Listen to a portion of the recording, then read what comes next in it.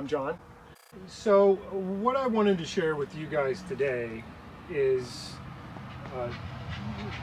the technique that I've developed for using heat in my operation for rooting cuttings, propagation by seed, growing seedlings, and sizing up smaller plants. I was in my greenhouse one day and I was looking at my plants and wondering what the best way to use heat would be. And I mean, my plants that I want to heat are only 3-6 inches tall. And I thought to myself, well, I don't need to heat anything, any air up here. I don't grow any plants up here. I don't need to heat any air down here. So really what I need to do, all I need to do is heat an area about this size here on my benches. So what I decided to do was build cold frames and use some bottom heat and to trap that heat. And not only am I going to be heating the root zone like I would if I just had an open heated bench, but I'm also going to be heating the air around the aerial parts of the plants, because that air is going to be contained inside my cold frame.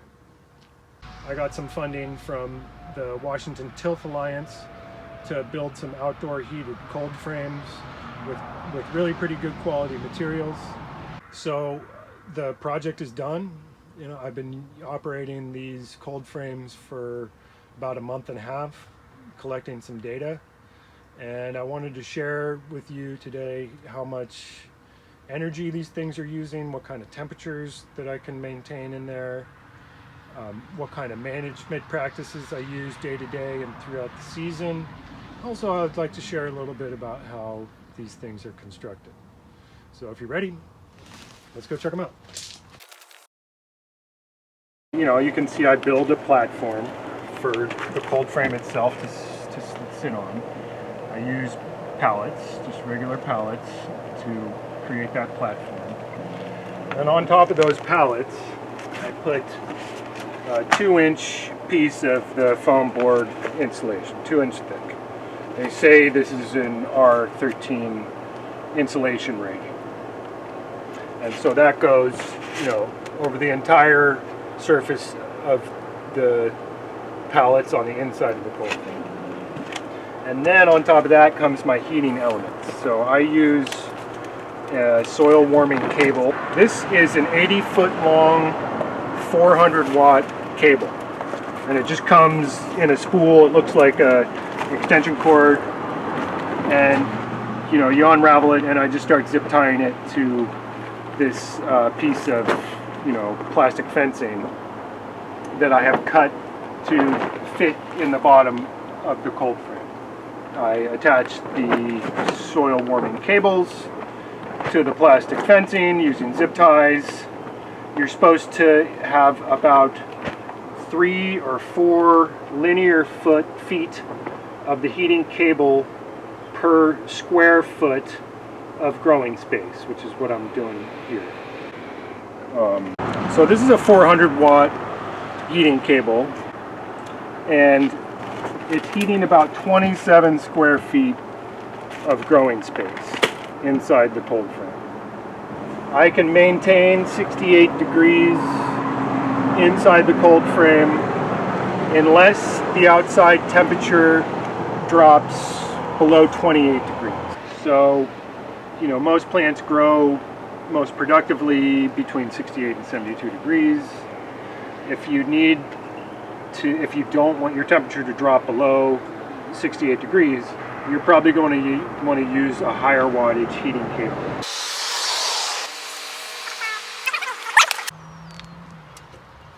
Okay, so this is what I'm using to collect data on how much energy my 400-watt heating cables are using. This is a kilowatt electricity usage meter. It measures, the voltage that your appliance is using, the amperage that your appliance is using. This is using 0 amps right now because it's off. The thermostat has turned it off. It can also measure how many watts it's using at the moment, which is again 0 because it's not on. This is the hertz of the line voltage, the supply line. And the main thing that this thing does for us is it measures the kilowatt hours that have been used over the elapsed time. And so this has been measuring the electricity usage for 64 hours and 53 minutes. And during that time, it's used 7.01 kilowatt hours of electricity. So yeah, it's been pretty mild during the last 65 hours that this has been recording our energy use. When I first started collecting data in December, it was much colder.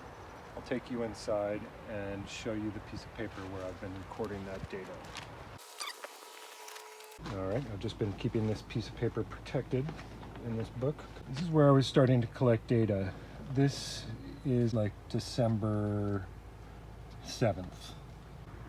Inside the cold frame, we had a maximum temperature of 72, and we had a minimum of 67 during that 24-hour period. Outside, we had a low temperature of 40 degrees, high temperature of 46 degrees. During that 24-hour period, I used 4.97 kilowatt hours of electricity to heat the cold frame. It was a 24-hour interval, and the weather conditions during that time was cloudy. In this time frame, which is probably mid-December, close to 7 kilowatt hours being used in a 24-hour period. You can see my notes on weather conditions during this time were more sunny. It was more sunny during the day, clear and cold at night. That's often how our coldest nights are during the winter here in Western Washington. Sunny, clear days in the lower 40s, and cold nights. These nights were in the mid-20s. And I was using closer to 7 kilowatt hours during those 24-hour periods.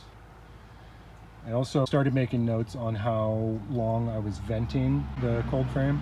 I vent during the day for 3 to 5 hours usually, and that's important to help keep dampening off and other diseases from taking hold and festering inside the cold frame. But it does increase the amount of electricity that I'm going to need to use to heat the greenhouse, because the warmer air is going to be escaping and colder air is going to be entering. That electricity usage that I was just describing, I was pointing out on the meter out there just a few minutes ago, that's maybe a little bit more typical for our Western Washington weather as far as how many kilowatt hours you can expect to use over a 24-hour period. Okay, so I wanted to talk a little bit about cold frame construction.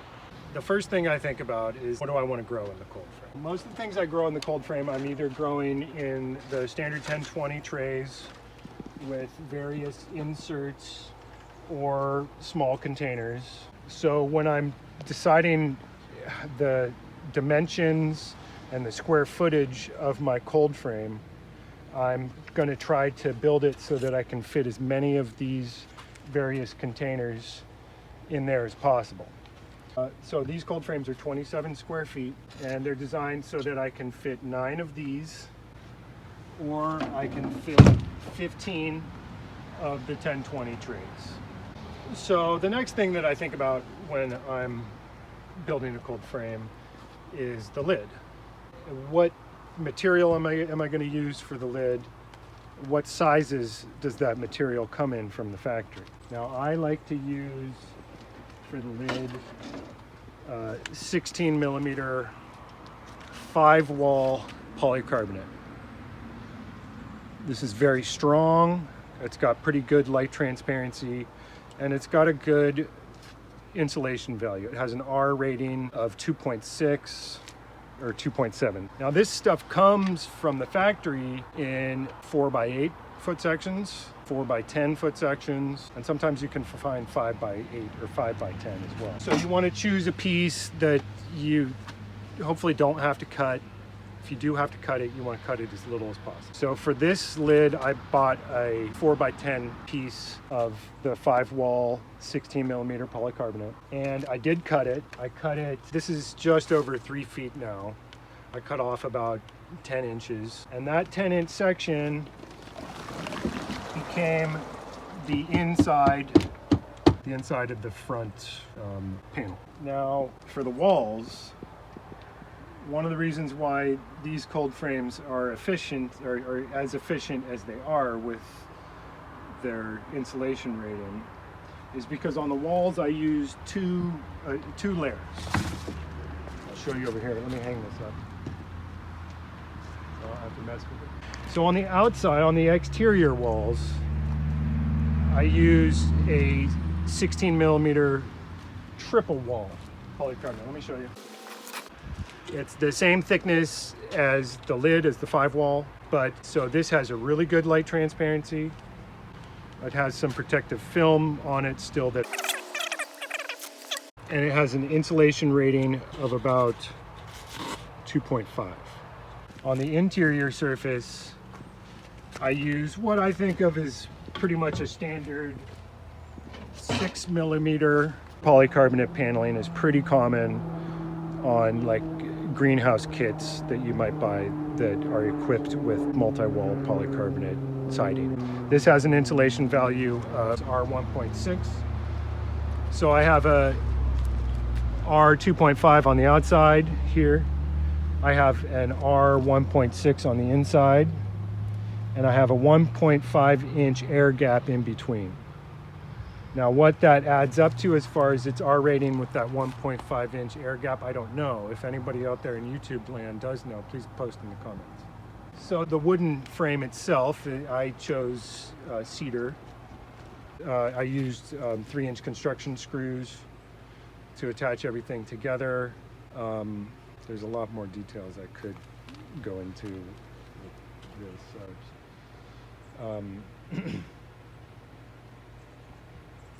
There's a lot more, but okay. So I've made pretty extensive use of Z flashing for these cold frames. Z flashing is, used in home construction for siding on the home, and I used that on all my exterior, the upper portion of all my exterior paneling. It creates a nice seal on this seam here, and I'll even stick some foam tape up into that gap before I install my polycarbonate panel. I'll put some caulking behind it here, and that creates a really good weatherproof seal. Also makes it pretty easy to install the panel because I just slide this panel up into the groove here and then use these 5/8 inch coaxial clips to attach this to the wall. One of the most challenging things about building a cold frame is to try to reduce the drafts inside as much as possible. That's what, really that's what sets apart a decent cold frame from a very nice quality cold frame. I just wanted to mention that I liked using the Z flashing so much that actually on this one I decided to, I'm sorry, it's this one. But this one I actually decided to use it on the upper surfaces of the inside polycarbonate as well. And that's nice because when I'm in here, if I'm doing a heavy watering, spraying things with the hose, there's water going all over the place inside here. And I've noticed it dripping back behind my inner layer of polycarbonate. So this flashing here is going to prevent that. And again, makes a really nice airtight connection between your polycarbonate panel and the wood on this upper surface.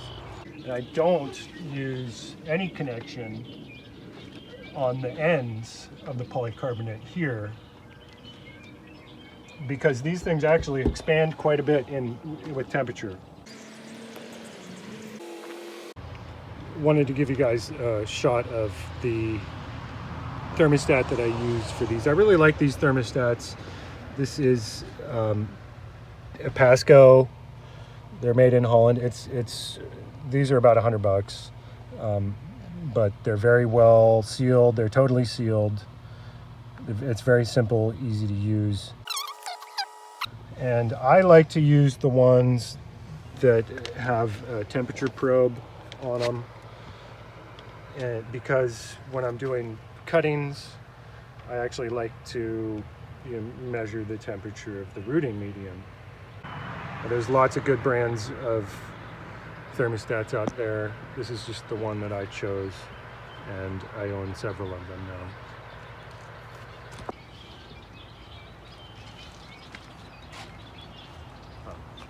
All right, I wanted to talk a little bit about management practices with the heated cold frame.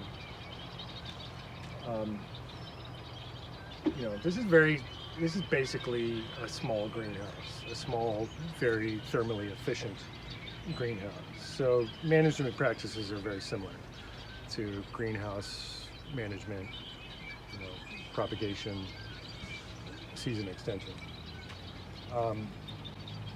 During the winter here, so it's vital to ventilate year-round, certainly during these winter months. And usually what I'll do is I'll just ventilate, just prop this lid open 1.5 inches, and that's usually adequate. Certainly if it's a partially sunny day or a sunny day, that's usually adequate. If it's cool and cloudy and moist, and maybe I just watered in the morning in here, I want more ventilation, I can just flip that the other direction there, and I'll get a lot more airflow in there. Later in the season when temperatures start warming up, I can flip the block again and have even a little bit more ventilation. In the summer, high temperatures and lack of moisture is more of a concern. So of course I'll be ventilating. I have one of those solar powered vent openers that they make for greenhouses that I install in here. Those are really nice because those will open the lid more if it gets hotter, and in the afternoon when it starts getting cooler, it'll actually close itself. They're really nice. Okay, yeah. Disease management in here is mostly ventilation, sanitation. You might get a little bit more dampening off and fungal diseases with a growing environment like this than with a whole greenhouse. Ventilation is the best defense against that. And I haven't had much dampening off so far this winter, as long as I'm being careful to vent every day, at least every other day. I recommend every day. There's one more thing I was going to say. Hopefully it'll come back to me.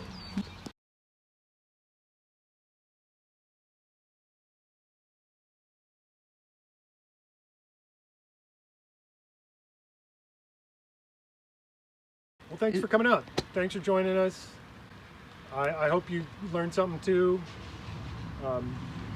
If you have any questions on, some specific aspects of the construction or management of the cold frame, please post in the comments. I'll try to, respond to as many comments as I can.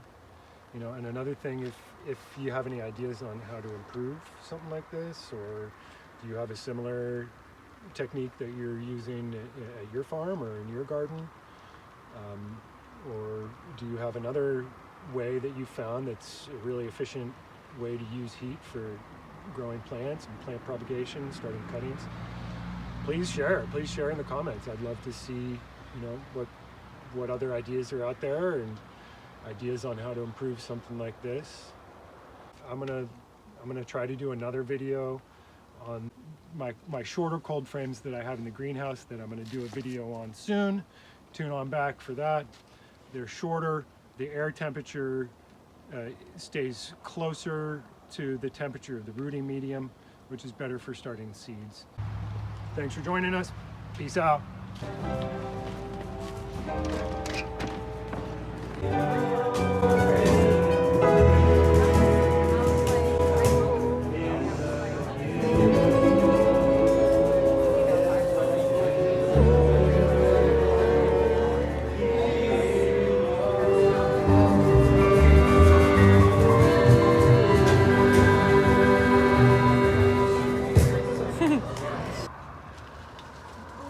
Aren't you adorable? Showing some nice fall colors there. Very good. What do we need? Some fertilizer or something here? Oh, you're showing a sexy burgundy red.